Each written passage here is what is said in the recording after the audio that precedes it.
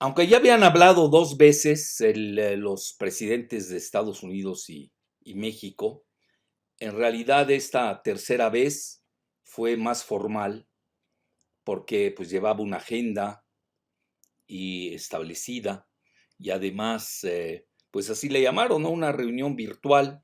Yo los vi muy relajados, Biden lo vi muy contento, el presidente López Obrador estaba también muy, décontracté, como dicen en francés, también muy relajado. Ya saben, la primera vez se dio en una charla cuando el presidente López Obrador fue a Valladolid y ahí estuvo junto a él el canciller y el gobernador de Yucatán. Y ahí charlaron. Y luego en una segunda ocasión, si no me equivoco, fue en casa de Poncho Romo. Igual charlaron los dos presidentes. Pero ahora ya sí fue formal, pudiéramos decir la primera eh, entrevista hecha y derecha. Vean, y también es muy importante señalarlo. El presidente Biden, por su edad, por mil consideraciones que no ven al caso ahora señalar, tampoco está hablando mucho con los mandatarios del mundo. Precisamente hoy estaba leyendo una nota de la prensa estadounidense en donde muchas labores de política exterior se las ha cedido en forma inusitada a la vicepresidenta Kamala Harris.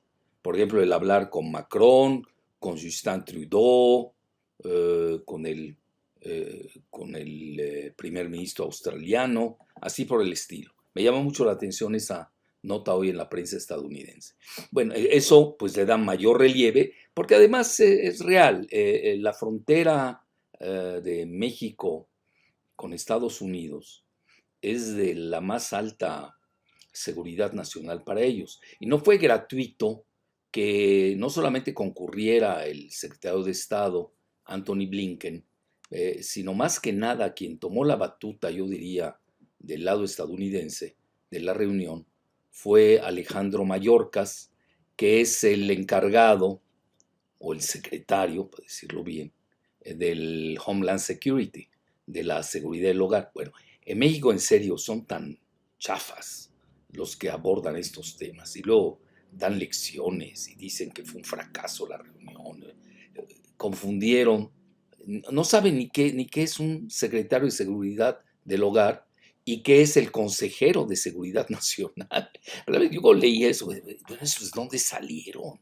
Y son los que desgraciadamente desinforman a la mayor parte de la población en México, nos guste o no. Bueno, les digo abierta, son los que participaron. Del lado mexicano, el presidente López Obrador estuvo con el canciller y con Rosa Isela Rodríguez, que ahora está a cargo de eh, pues de la seguridad de México, lo que sea, que destrozó, me van a perdonar mucho mis amigos de la 4T, que despedazó Durazo. Entonces, es muy interesante cómo fue. Vean, les voy a citar la prensa estadounidense, los títulos. Por ejemplo, aquí tengo el título del New York Times. Y conste que no es un periódico muy por Andrés Manuel. Como son prosoros, pues a cada rato que pueden le pegan. Y él también se les devuelve los golpes. Por ejemplo, dice aquí, Biden busca ayuda del presidente mexicano en la frontera. Fíjense, Biden busca ayuda. Bueno, y yo de repente leo, y leo los títulos, y algunos, no todos los leo, hay unos que son ilegibles, y veo los títulos, todos contra el presidente López Obrador, diciendo que fue un fracaso, que Biden lo apabulló. Bueno, vean, lo está diciendo el New York Times, no soy yo, ahí está el título. Bueno, y luego me voy al Washington Post y veo que cita que fue una reunión amigable y positiva. Es decir, todos esos agoreros del apocalipsis de que Castañeda y su grupo, ¿no? Eso ya es muy sabido. Y ahorita les voy a dar la razón por qué Castañeda, Zuckerman, Gabriel Guerra, toda la fauna, ¿no? Antimexicana, eh, básicamente antimexicana. Estos cuates odian a México. Yo creo que con tal de que derrocara al presidente López Obrador, que no es una cosa fácil, obviamente, menos estos, ¿no? El, pues encienden su cigarro con tal de incendiar al planeta, ¿eh? No les importa un pepino el país. Bueno, nunca fueron pro-mexicanos, yo lo puedo demostrar, ¿eh? Son incluso antimexicanos. Vean, Castañeda insultó a los oaxaqueños, pues una de las esencias de México, con la civilización zapoteca, igual que Zuckerman, igual que Gabriel Cuadre. El Bronco a cada rato denosta al sur de México. Son antimexicanos, Corral, todos esos odian a México, se quieren separarlo, pero el problema es que en Estados Unidos no los quieren. Ellos, si no, ya los hubieran dejado. Bueno, ya regresaremos a ese renglón. ¿Por qué esa autoflagelación? ¿Por qué ese rencor contra México? Me llama mucho la atención, ¿eh? Eso ya es digno de un estudio psiquiátrico colectivo, y no estoy bromeando, ¿eh? Bueno, un día lo haré. Entonces, regresando al tema, yo los vi muy relax a los dos. Biden estaba contentísimo, así lo vi. Seguramente lo hizo reír en algo López Obrador. El, eh, Obviamente los dos tenían las banderas respectivas. Y me llamó mucho la atención que los dos hicieran alusión a cosas en común. Vean, poco se sabe, pero el presidente Biden es muy devoto, es devoto católico. Incluso mucho se habla que trae agenda compartida con el Papa Francisco, jesuita, no lo sé. Sí noto que hay gran convergencia, hay gran amistad, hay gran devoción de Biden. Ustedes ven, cada domingo va a una iglesia católica y él nunca lo ha ocultado. Incluso me llamó la atención que el presidente López Obrador, que es muy observador en esos temas, haya dicho que el presidente Biden sea devoto de la Virgen de Guadalupe. Imagínense. Y además, ustedes lo ven detrás de la oficina oval, el presidente Biden tiene la imagen no, tiene un busto de César Chávez, que ustedes saben fue un gran, pues yo diría un contestatario, libertario, mexicano, agrícola en California. Porque también a veces se olvidan, han caído en ese maniqueísmo barato de que o estás con Trump o estás con Biden. No, aquí la relación de México y Estados Unidos es institucional, así debe ser. Y fíjense que lo dijo muy bien, lo dijeron los dos presidentes, por cierto, y me llamó mucho la atención. Biden comentó de que él desde Obama, cuando compartió la vicepresidencia, bueno, con Obama y presidente, la relación de México era de igual a igual. Bueno, eso es una vacilada, ¿no? Pero lo dijo. Ya por lo menos no nos insultan y no nos pisotean, ¿no? No puede ser igual, digo, tampoco hay que perder. Dependemos de 6 rubros de ingresos en México, dependemos de 5. ¿Cómo? ¿Cuál igualdad? Luego la cotización del peso, bueno, no me quiero meter en mayor profundidad, Saben lo ha hecho en otras ocasiones, y me llamó la atención también que lo abordara el presidente López Obrador en su conferencia de prensa y comentase de que hay respeto de Biden hacia México, a la soberanía, que no ven a México como un patio trasero. Bueno, eso ya, a ver, es otro tema. Está bien soñar, ¿no? Ahí lo dejo, pero vean, lo que quiero decir es 3 llamadas de teléfono con Biden, una en específico, una reunión formal. Pues, no sucedió aquello de que ya llega Biden y corre Andrés Manuel de la presidencia, ¿no? Que era toda esta fauna, y Televisa empezó a comentar, ¿no? Calderón, con tal de que liberasen a Genaro García Luna. Bueno, el Loretito ya es de carcajada. Su Broso, que es más serio, curiosamente Broso, ahorita es el serio de esa dupla. Bueno, y toda la AFA, todos los que ya el Aguilar Camina, etcétera. En serio, no hay seriedad, como no son analistas, son propagandistas. Entonces uno no le puede pedir a un propagandista que haga análisis, no lo sabe hacer. Tiene que seguir el león de sus amos, pues son esclavos, ya sabemos de quiénes. Entonces, yo lo que quiero abordar es tres puntos principales, que son los que se manejaron, sin más, y para no perder mucho el tiempo. Pero sí quería dar el tono, yo diría el environment, la ambientación que se dio entre ambos. Duró más o menos 1 hora 15 minutos la reunión. Andrés Manuel muy vivo como siempre. Imagínense tener que sortear a dos presidentes de Estados Unidos como Trump y Biden, que se están peleando y matando en Estados Unidos, y que son, nos guste o no, tienen el botón nuclear de esa superpotencia. Y yo creo que lo ha hecho muy bien el presidente López Obrador, se adaptó a la presidencia de Trump en la medida de lo posible. Le han criticado, pero porque esa era la exigencia, porque realmente el talón de Aquiles entre México y Estados Unidos sigue siendo la cuestión migratoria, más que otros temas, y ahora lo abordaré. Le critican que obligó al presidente López Obrador a enviar al ejército a la frontera sur para detener la migración de Centroamérica, que tiene componentes muy añejos. Yo diría desde la Guerra Fría, desde el Irán-Contras, es más complejo de lo que a veces se aborda en forma banal y simplona. Y ahora, de nueva cuenta, surgió, es decir, el tema central que se dio entre Biden y Andrés Manuel fue otra vez la migración. Y a ese le dedicaremos, yo creo que la parte final. Entonces, inicio, vean, mucho se manejó la gente de Castañeda y su grupo, ¿no? Todo el grupo antimexicano, de que lo iban a regañar por el asunto. Bueno, a Castañeda lo regañaban, pero Andrés no se deja regañar, es la gran diferencia. Que lo iban a regañar y maltratar por la cuestión de la reforma eléctrica, lo cual abordó muy bien el presidente López Obrador, en que pues era un asunto de corrupción, y luego pues se vería venir todo lo que tiene que ver con la situación de las energías alternativas.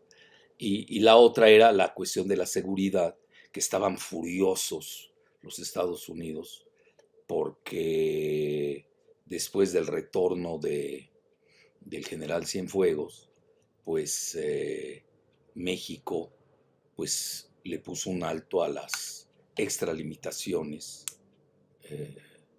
de la DEA, y ya no se diga de otras agencias, específicamente de la DEA. Obviamente no sucedió nada de eso, es lo que quieren. Es decir, estos cuates quieren derrocar al presidente López Obrador, no saben cómo. Lo que pasa es que la mayoría del país pues no lo acepta.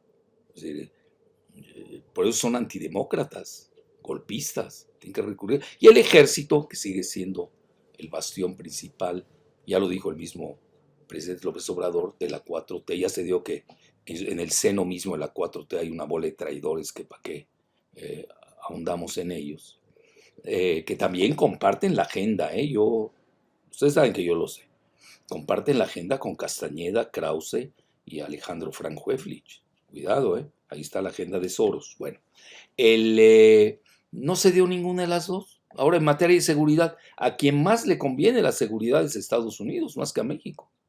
Por eso hay que resolver la cuestión migratoria. Entonces, dicho esto, no pasó nada, no sucedió el apocalipsis, no regañaron a Andrés Manuel. Yo vi al revés, un Biden muy amable, afable, que además, vean, de que yo he seguido mucho la política estadounidense, pero siempre me llamó la atención de que Biden, desde que era vicepresidente y antes de senador, él clamaba de que el talón de Aquiles de Rusia es su situación demográfica. Es decir, cuando habían llegado a una tasa de crecimiento cero, así se conoce técnicamente. Es decir, habían más muertes que nacimientos.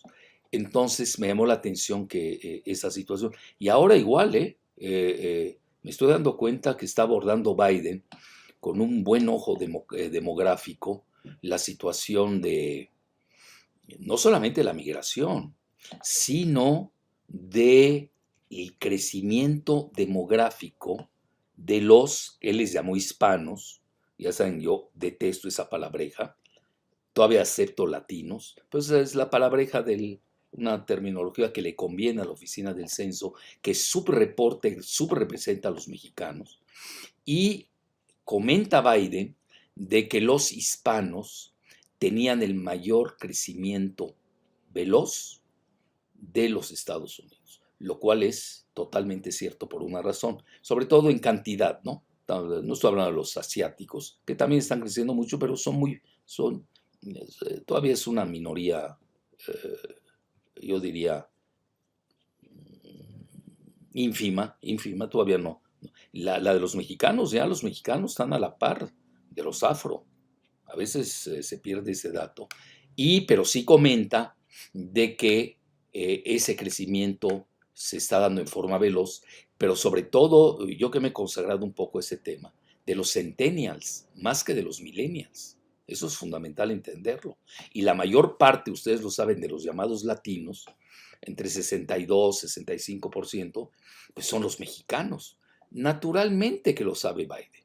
Y él lo tiene en su agenda. Y es muy sensible a esa temática. Bueno, entonces ahí nace de que el presidente Biden sea muy proclive. No va a ser fácil. Vean, muchas cosas que quieren tanto el presidente López Obrador como Biden no serán fáciles de pasar en el Congreso, que es un Congreso muy dividido, sobre todo el Senado que está empatado. No va a salir a cada rato la vicepresidenta Kamala Harris a desempatar. Entonces, también esto crea tensiones y en Estados Unidos está pasando una situación muy delicada. Entonces, ante esta situación, yo les diría lo siguiente de los tres temas. Uno, la cuestión del cambio climático. Bueno, se abordó, ahí se da un comunicado, en el comunicado, si uno lee bien entre líneas, no se cierra a la energía alternativa en México. Sería un error entender eso. Lo que ahí se enfatiza es de que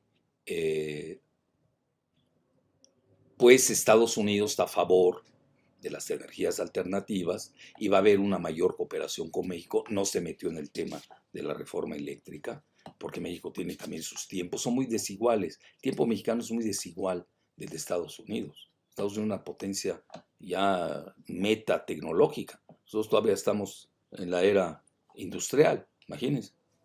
Nos llevan 2 revoluciones industriales de Estados Unidos con México. Entonces estamos en la maquila. Esto también hay que entenderlo. Y Estados Unidos, digo. Ahora, también yo no he hecho las campanas al vuelo. Ahí vieron sus llegues, ¿no? Que dio el Congreso después de la reunión virtual. Un grupo de congresistas, pues arremetió contra la militarización de México. Ya saben, toda la cantaleta de ataques que parecía que lo había hecho el grupo de Frena en México, ¿no? Prácticamente se los digo así. Bueno, son partes de las negociaciones, pero tampoco es así el cántico de que ya mañana Estados Unidos estaría invadiendo a México para derrocar al presidente López Obrador. Eso es en lo que concierne el cambio climático. Quedaron de acuerdo de ir a una cumbre, no se sabe si va a ser presencial o virtual, que es una agenda muy importante para Biden, pero también tiene serios problemas con Texas, es decir, no la tiene tan sencilla Biden. Además, la agenda, ya lo dijo, la transición energética va a ser a partir de que él le tocan 4 años, no sabemos qué suceda después, pero su proyección es hasta el año 2050. Y de aquí al 2050, sepa Dios qué va a pasar en Estados Unidos. Bueno, eso es en lo que se refiere al cambio climático. Y luego el otro tema que abordaron fue el de las vacunas. Bueno, y ahí pues era, el presidente López Obrador pidió pues que tener más acceso a las vacunas estadounidenses, cuando en Estados Unidos todavía no han acabado de vacunar a su población. Entonces ahí vamos a ver más adelante qué sucede. Yo creo que eso pues, en el plazo inmediato es prácticamente imposible. Vamos a ver si funcionan también en Estados Unidos esas vacunas. Hay mucha controversia sobre cierto tipo de vacunas. Vamos a ver cuál es su resultado. Y luego, pues, y entre tanto, bueno, pues México tampoco se va a dejar de vacunar. Yo creo que López-Gatell cometió un gravísimo error. Bueno, ha cometido miles de errores, pero el peor fue lanzarse de lleno con la vacuna de AstraZeneca, que es muy controvertida, y luego con la de Pfizer, ¿no?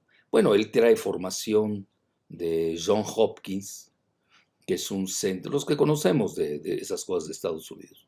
Los que no saben ni están enterados que estudió y ni qué estudió. John Hopkins, cuidado, ahí nace todo el concepto de la invasión de Estados Unidos a Irak. Ahí estaba Paul Wolfowitz, subsecretario de la Defensa.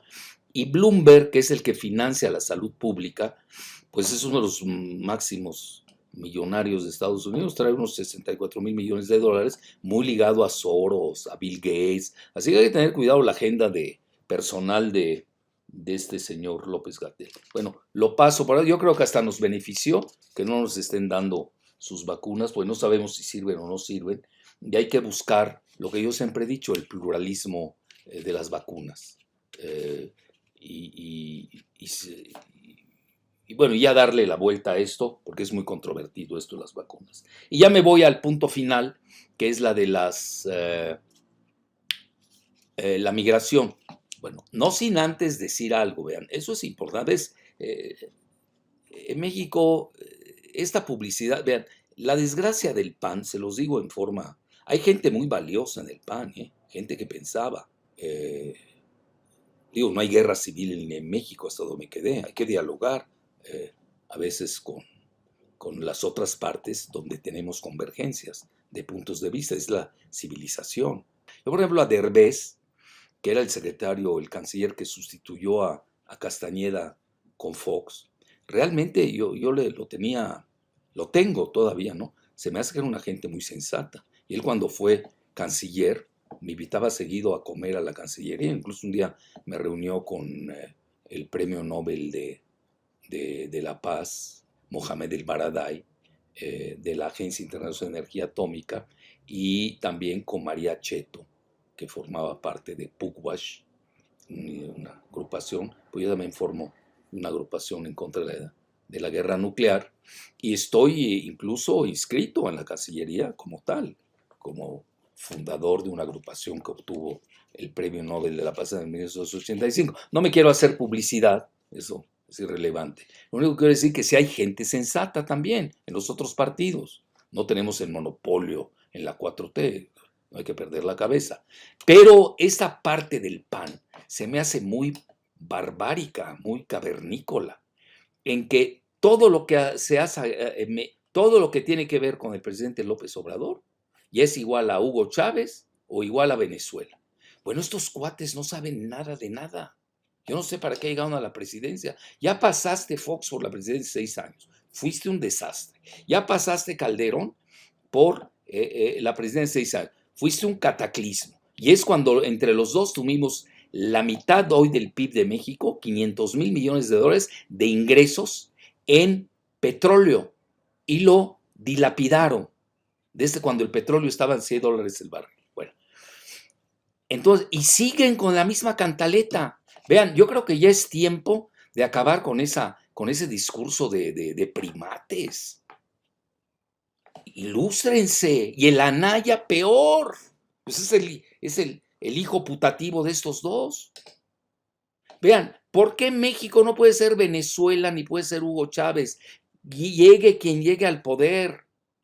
Uno, primero tenemos un TEMEC, Tratado México, Estados Unidos, Canadá. A ver, ¿cómo lo quitas? Es un tratado. Ya está escrito, ahí está. ¿Cómo le haces? ¿De dónde sales que se va que nos vamos a volver comunistas? Como este Aguilar Camín. Perfecto oligofrénico. que dice que si si te vacunas con la vacuna rusa, te vuelves comunista. ¿No está enterado que en Rusia ya no hay comunismo desde 1991? Vean el nivel de ignorancia, ¿eh? Por eso nadie de estos se atreve a una discusión conmigo, yo los apabullo. En un minuto, ¿eh? No necesito más. Y luego, ahí va la parte peor, que esta no lo conocen, pues no saben de geoestrategia. En México, desgraciadamente, hay una gran ignorancia en geopolítica, y más de los políticos, ¿eh? Se los digo abiertamente. No están enterados que México tiene el paraguas nuclear de un comando que se llama Comando Norte o Northcom. Fíjense lo que son las cosas. México tiene ese paraguas nuclear y lo tiene también Puerto Rico y Bahamas. Entonces, a ver, ¿cómo? ¿Cómo puede ser? Digo, realmente dicen cada barbaridad, pero hay que ya empezar a señalarlas. Pues uno de estos empiezan a hablar solos y creen que tienen la razón. Pueden hablar todo el día, ¿eh? Y durante vean cuántos años y siguen repitiendo lo mismo. Bueno, ya eso era importante señalarlo. Y ya para finalizar la cuestión de la migración, que no es sencilla. Vean, ha aumentado mucho en enero, aumentó mucho el nivel de migración en la frontera de México con Estados Unidos. El presidente Biden es más laxo en ese tema que su antecesor. Y incluso ya se volvió, va a ser el tema de la elección del año entrante. Ya saben que tienen elecciones en Estados Unidos en el Congreso. Y de antemano esa es la ruta electoral del Partido Republicano. Trump, ahora que ya resucitó, abiertamente está criticando la política migratoria de Biden, diciendo que ya puso en peligro la seguridad del sur. Sobre todo esto ha afectado a Texas. Ustedes saben, Texas pues, hoy es un bastión del Partido Republicano. Todo eso tiene efectos. Es decir, no es tan sencillo en Estados Unidos esas situaciones. Ahora bien, Biden desea darles la ciudadanía a 11 millones de indocumentados. Siempre lo ha proferido. Y ahora también lo quiere llevar a cabo. Ya lo planteó el Congreso. Vamos a ver si se lo aceptan. No va a ser sencillo. Es una temática. Y conforme más se acerque la elección del 2022, pues va a ser más difícil, porque ya ahí entran las materias locales frente a la cuestión federal que a veces busca un gobierno en Washington. Y ahí se dio, diríamos, la comunicación con el presidente López Obrador en el sentido en que ahora sí que el macuspano, lo digo mal cariñosamente porque es la región de, de Tabasco, realmente él es de Tepetitán, pero pues forma parte de esa provincia. Entonces él desea el plan bracero. Ya saben que el plan bracero funcionó después, durante la Segunda Guerra Mundial, incluso ayudó a Estados Unidos para que mientras estaban sus soldados en la guerra, pues no se quedaban vacías las industrias que necesitaban de mano de obra y más la barata mexicana, ¿no? Es decir, esa se la deben a México. Lo que pasa es que no sabemos explotar nuestras cosas, se los digo abiertamente. Y está proponiendo que vayan entre 600,000 y 800,000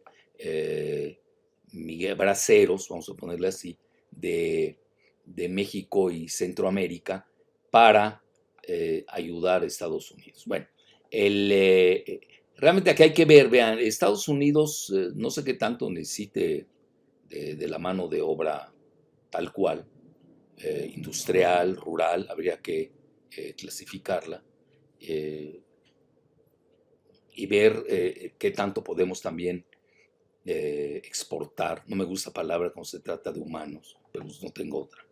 A mano de obra más calificada, ¿no? Sobre todo en materia de, pues ya de los sistemas de alta complejidad, etcétera. Y Y ahí quedaron los dos, esa es la realidad, en que los equipos respectivos lo iban a estudiar. Naturalmente eso no se iba a resolver en 1 hora, 15 minutos. Apenas se están conociendo. Me da mucho gusto que se institucionalice la relación. Y ahí viene otra cuestión que también es fundamental, donde el presidente López Obrador debe presionar, y además fue su idea desde el inicio, lo recuerdo bien, incluso con Trump, de que se ayudara a Centroamérica. Crear un microplan Marshall, ese es de mi cosecha, para Centroamérica y así pues impedir la masiva migración. Y además que esto también ayude al sur de México, que está totalmente, que fue abandonado por el PRIAN. Se me hace muy buena esa perspectiva. El presidente Biden ha prometido 4,000 millones de dólares para ayudar a Centroamérica. Que no se olviden del sur mexicano, de esos 4,000 millones. Que créame, hay regiones de Chiapas que están hasta mucho peor que Guatemala. Entonces, toda esa región del sur, parece ser que platicó el presidente López Obrador de estos proyectos magníficos que odian, para no variar, la misma fauna. Krause, ya saben, es no perder el tiempo. Krause, Castañeda, Frank, Aguilar Camín, ya ven que hasta firmaron en contra de los Bocas. Bueno, pues ¿qué quieren? ¿Que seamos esclavos de Israel o qué? ¿Qué es lo que están buscando? O de los israelíes que dominan a Estados Unidos, ¿qué es lo que buscan? Son planes magníficos, el Istmo de Tehuantepec, el Tren Maya, la refinería de Dos Bocas, pues para ayudar a ese sur que anda todavía en la época rural, ni ha entrado a la época industrial. Cuando Estados Unidos está en la fase ya espacial en Marte y en la post-tecnología, y en la cuarta revolución industrial, como se le conoce abiertamente. Entonces ahí lo dejo, esto se va a estudiar, es un tema muy complejo el de la migración. Un día le dedicaré en específico un video. Y para cerrar, les digo, vean, el gran culpable del desastre migratorio con Estados Unidos es Jorge Castañeda Goodman, que fue canciller de 2 años, lo corrió Martita Sagún al unísono de Estados Unidos, que ya no lo aguantaban. Con eso les digo todo. Y por eso llegó Derbez en su lugar, que era una persona sensata, sin duda alguna. Pero Derbez, siendo panista, traía agenda mexicana. Castañeda nunca tuvo agenda mexicana. E incluso lo digo con responsabilidad, él fue, pues ya quebró ese banco Stanford, lavador del cártel del Golfo. Eso se dice poco. Pues naturalmente ellos controlan los medios en México, pues eso no se va, de no ser por un servidor, pues nadie se va a enterar. Los medios los tienen totalmente controlados en el país. Y dicho esto, su gran fracaso, porque él incluso controlaba a Fox. Yo me sé anécdotas de Palacio, créame, muy fuertes. La insolencia de Castañeda cuando fue canciller. Con eso, un día hasta corrió a Marta Sagún, imagínense. ¿Y esta qué hace aquí? Así es muy insolente, muy infatuado, ¿no? Pero vacío, pues, ¿qué ha aportado? ¿Qué idea original? Nada. Habla mucho. Y a la hora de la verdad, en la operatividad política, pues un soberano fracaso. Con esto de la cuestión migratoria, cuando dijo la cuestión de la enchilada completa, o todo o nada. Oye, porque obviamente él traía la agenda de Soros. Quería dañar al equipo gobernante en ese momento, si no más me equivoco, creo que eran los republicanos. Y con Colin Powell, de eso no me olvido. Ya lo soñaban, literalmente. Y acabó Martita Sagún corriendo. Un día les voy a contar cómo lo sé. Bueno, y lo sé de primera fuente. Entonces, hasta yo me di el lujo de decir, se va el viernes tal a las 12 del día. Pues cómo no lo vas a ver si me pasaron la nota directo desde Los Pinos, en aquel entonces Los Pinos. Porque ver. Y se la di a un amigo mío que se lució, además, en paz descanse. Bueno, dicho esto, ahí cierro. Por eso es quiere que falle Vean lo que es Castañeda. Y lo mismo es Sarucán Casamitjana. Él lo puso, Castañeda, se lo impuso a Calderón, y era imagínense, era el embajador de México en Washington. Y luego acabó siendo empleado de los hermanos Podesta, que se la pasaban comiendo pizzas, por cierto. Entonces, imagínense, ¿cómo vas a representar a México con entes que odian a México? Eso no puede ser. Hoy vamos a tener una política diferente, hoy se tiene una política diferente, eso sí, muy respetuosa. Qué bueno que el presidente Biden comenta que va a ser de igual a igual. Bueno, yo no me como esos cuentos. Entonces, festejo que la relación de México y Estados Unidos se haya vuelto institucional, que en Estados Unidos lo digan sus principales rotativos, de que necesitan la ayuda de México para manejar la cuestión migratoria, y realmente nosotros nos hemos portado muy decentes. Vean, en México podemos usar el estilo Marielitos, ellos saben lo que me estoy refiriendo, y crear un caos en la frontera. Nosotros no estamos para eso, porque también vamos a dañar a nuestros mexicanos que tenemos en Estados Unidos. No se trata de esto. Nosotros también tenemos que proteger ya a los mexicanos que viven en Estados Unidos y a aquellos que ya van a ser ciudadanos en la próxima elección y van a votar. Es decir, ya la transfrontera se volvió bidireccional, se volvió muy osmótica en los ambos sentidos, y hoy la cuestión migratoria forma parte precisamente de la agenda bilateral. El primer lugar lo ocupa esta situación. Naturalmente no lo podemos dejar de lado de la migración que viene de Centroamérica, que hay que abordar, porque también está dañando a México. Entonces, imagínense, a nosotros nos tienen agarrados entre la espada y la pared.